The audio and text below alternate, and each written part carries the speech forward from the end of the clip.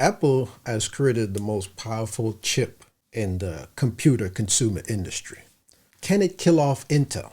I don't think that could ever be possible because Apple is creating chips for their ecosystem. They're not creating chips like other manufacturers like ARM and Intel.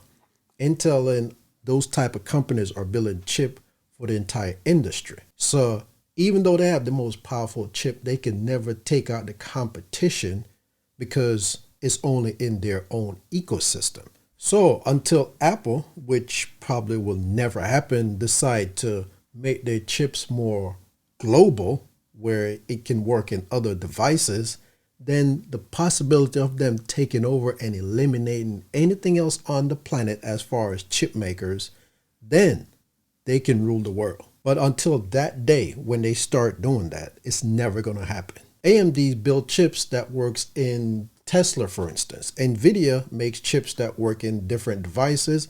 Intel make chips that works in a lot of devices, even Amazon voice assistant devices. So if you see anything where Apple can kill off Intel, that's not even possible.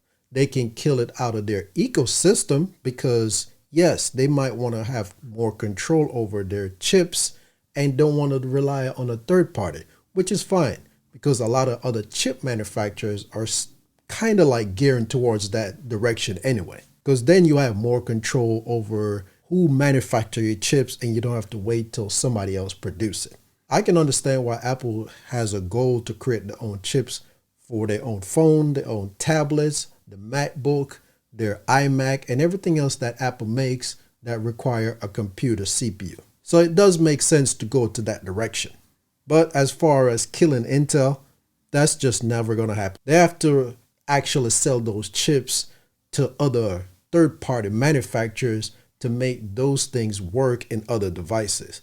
And we already know, like I said, Apple is never going to do that because they like to keep things close and tight, which is fine. I mean, there's nothing wrong with that, but they will never take over as far as making chips run on a Windows machine, for instance. People are not into Apple devices and ecosystem, are not going to buy those devices anyway, no matter how powerful and how fast it is. They rather deal with their Windows world, the Android world, or any other ecosystem that they're involved in. But I'm very impressed on seeing what Apple can do by creating their own silicon. As far as I'm concerned, I'm going to still use my Samsung Galaxy phone.